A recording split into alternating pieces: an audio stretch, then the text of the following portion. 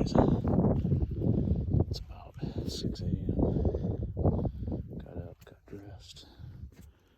Gonna head up and start glassing soon.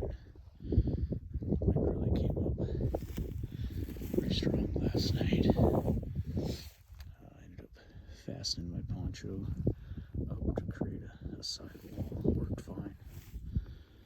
Slept pretty good, honestly. The Osney cloak kept me plenty warm. I've actually got it rolled up and stuff in the back in case I feel like pulling it over me while I'm glassing.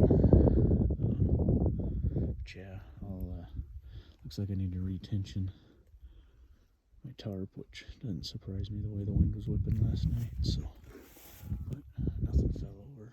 That's good. So I'm gonna head out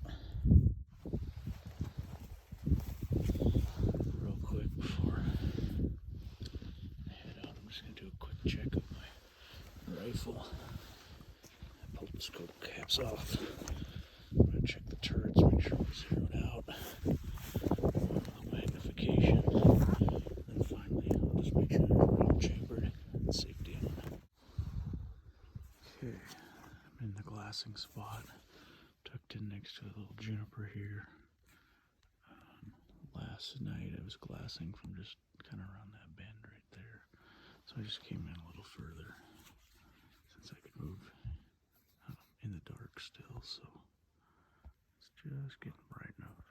Now I can really start seeing over there.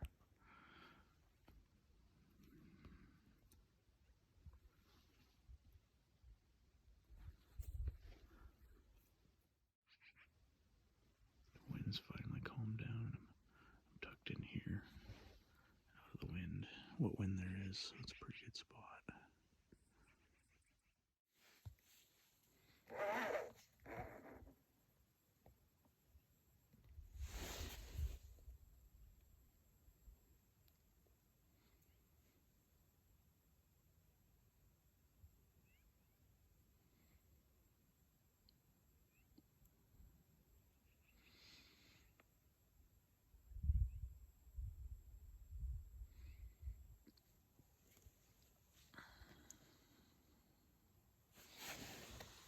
At this point, the sun's been up for probably a half hour to 40 minutes.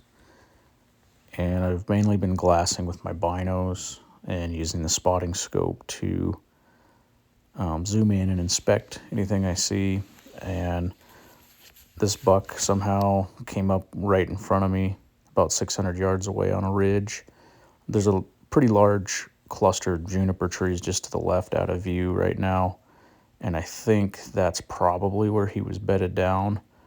And then he came up from there up into this juniper tree and bedded down here. I took these next couple photos through the spotting scope and then tried to digitally enhance him. This deer, I believe would be a 4x4, and he's got at least one brow tine. His front forks are pretty good, but he's got more of the crab claw style rear forks. He's a decent deer, but I'm hoping to find something bigger this year. But he is the biggest I've seen yet this hunting season.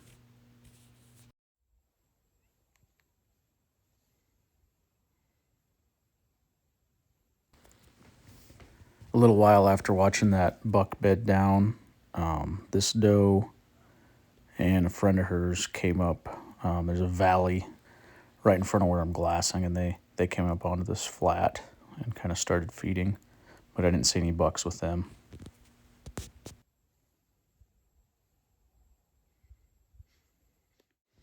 Shortly after I saw the does in the valley, a third one came up and bedded down on that ridge to the right of the buck.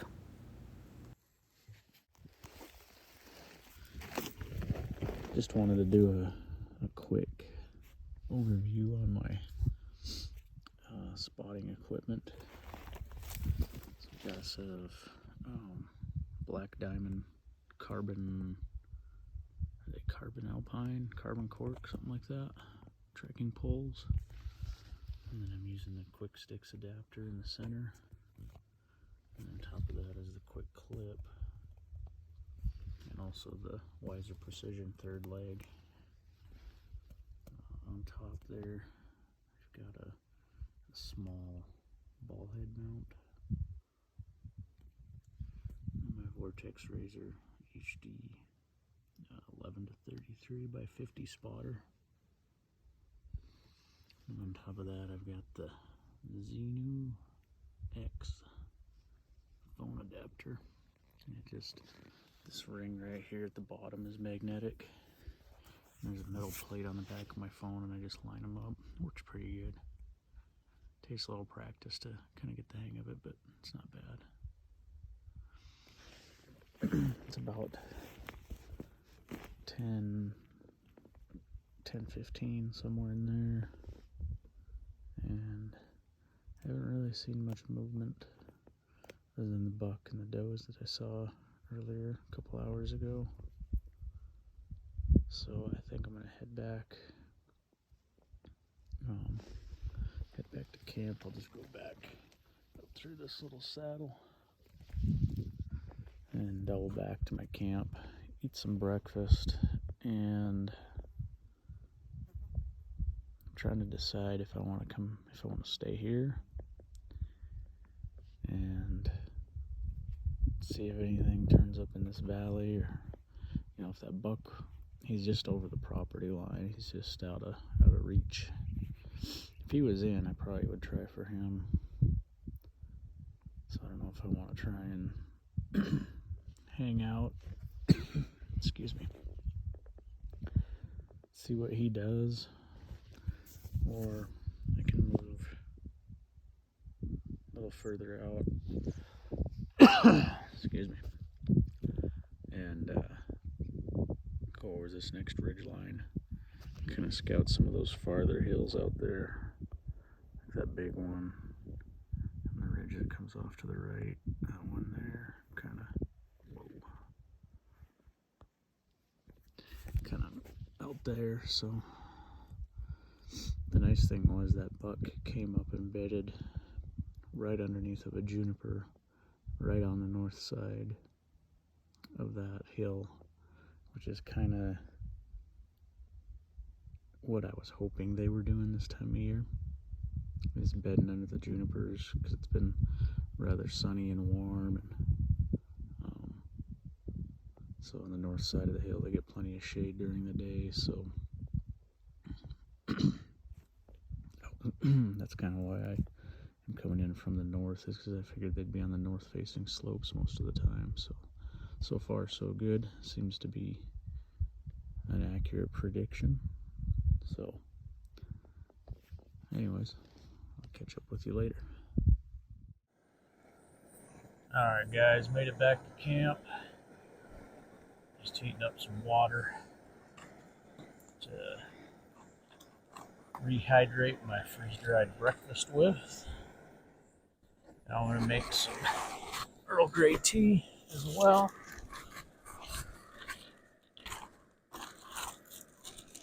Yeah, so freeze dryers, man, what a great investment that's been. I haven't bought a Mountain House meal in over a year, and I don't miss it one bit.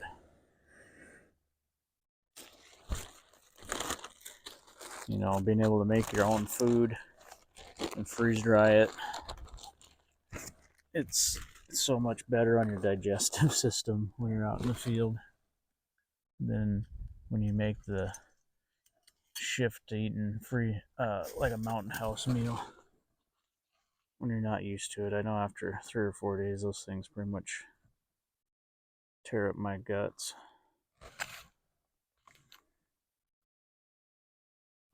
Throw my tea bag in. Last night I made some last night I made some tea and spilled my tea. And I just spilled a little bit of food. Grab my spoon here. Yeah, it's kind of a pain when you're camped out on a hillside like this. I'm absolutely not worried if a little bit of grass gets in there.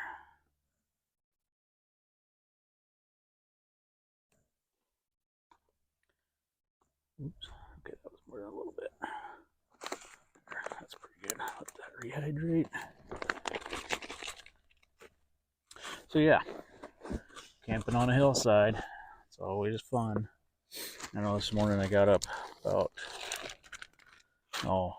maybe 5:45 or so, and getting dressed in the dark was fun. Kind of looked like I was trying to do the hokey pokey or something, I'm sure.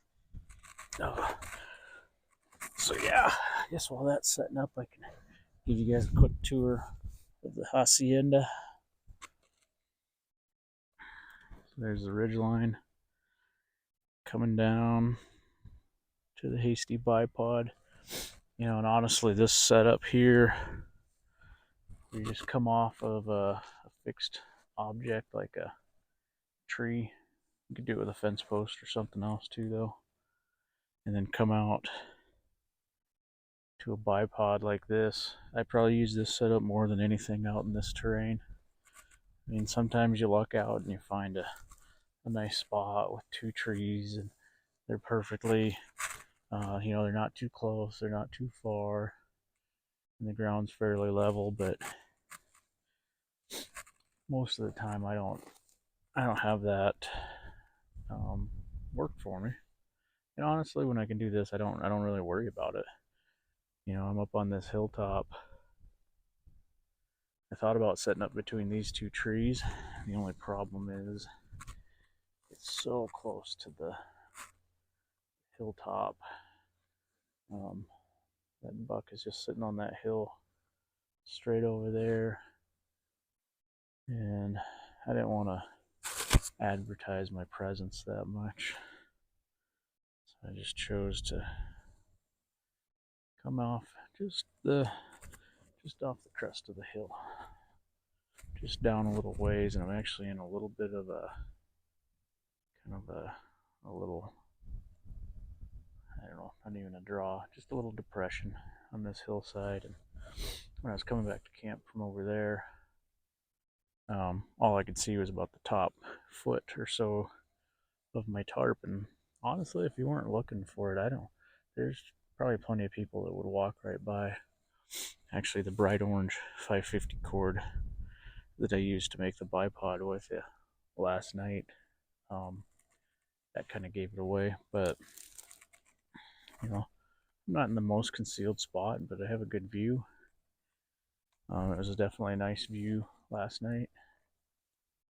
Just kind of eating my supper and drinking my tea, and watching the last bit of light go out of the sky.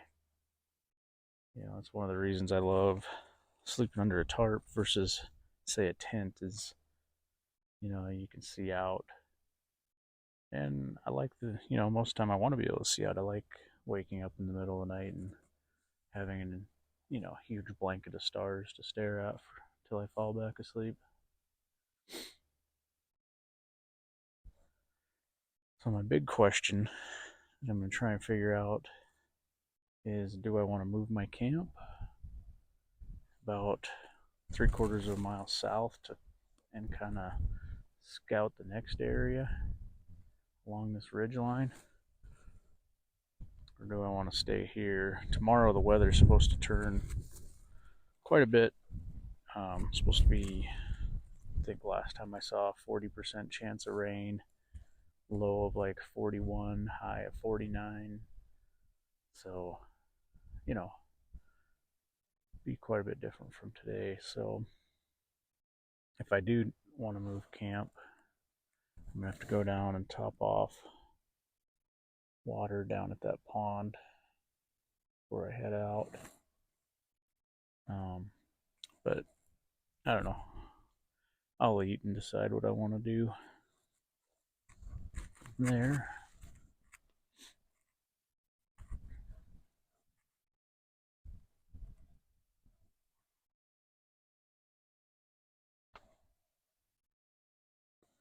That buck, he is hanging out about my finger, big fat finger, right about the tip of my finger, and the property line is about over here roughly. So he's just across the property line, so I can't go get him. And honestly, he was decent, but I don't know. I was kind of looking for something a little more, a little bigger.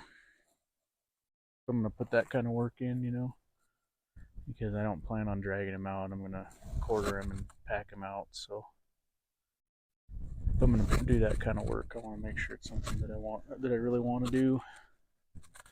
I don't have unlimited wall space at home, and I'd like to have a nice mule deer trophy to hang on the wall. Some kind of trophy hunting, to be honest.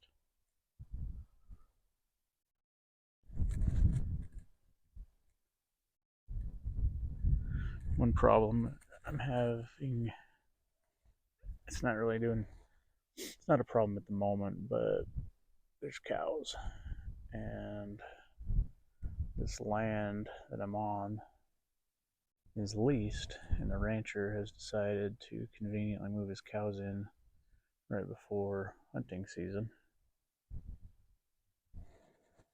And so that pretty much anywhere where the cows are, you can pretty much guarantee the deer aren't going to be there. So that cuts down on some of the area available.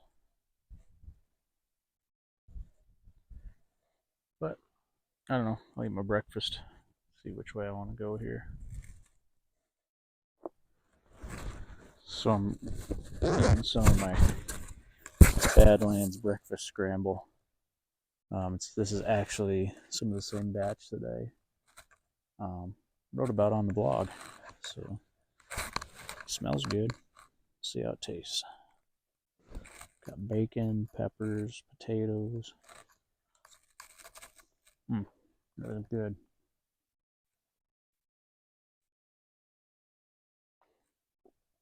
If you're into any sort of outdoor stuff, obviously preparedness, but freeze dryer's just been such a nice addition. I've probably got, I don't even know, 120, 130 bags of freeze dried food that I've made in the last year, and I have not been hitting it very hard lately. I'm actually, those MRE bags are sold out, and they were on back order, so I haven't been able to make very many batches lately. But even I just have the small. I don't have a big food production system or anything, and just capturing leftovers and shopping sales, you can quickly build up a considerable amount of food for food storage, but also, stuff like this. I can't remember in that article, I think I made 6 batches of food. It wasn't that expensive. I know it didn't cost the same amount as what 6 freeze-dried meals cost, and there's enough food in this. This is going to be a lot. I'm going to struggle to get it all down.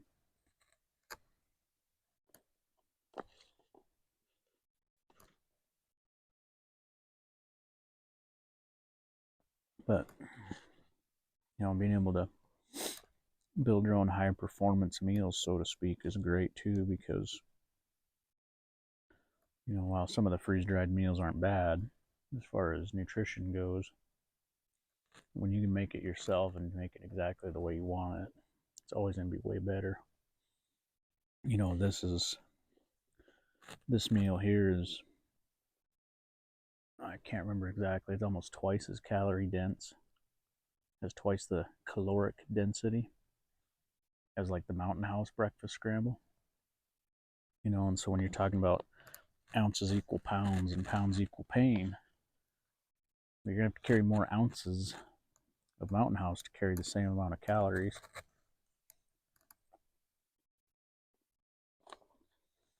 I wouldn't eat this stuff every day, or I'd weigh 500 pounds because I intentionally loaded it up. And it does have things like cheese and bacon, which have fat, and fats don't freeze dry very well for long-term storage, but I'm not exactly worried about that with some of this stuff. Some of it I make for my own use within the next 25 years, but I haven't had any batches that have been rancid or turned out bad or anything like that.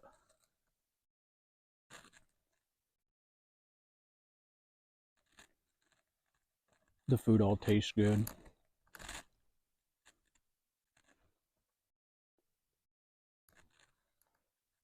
So yeah, I'm gonna eat my breakfast now.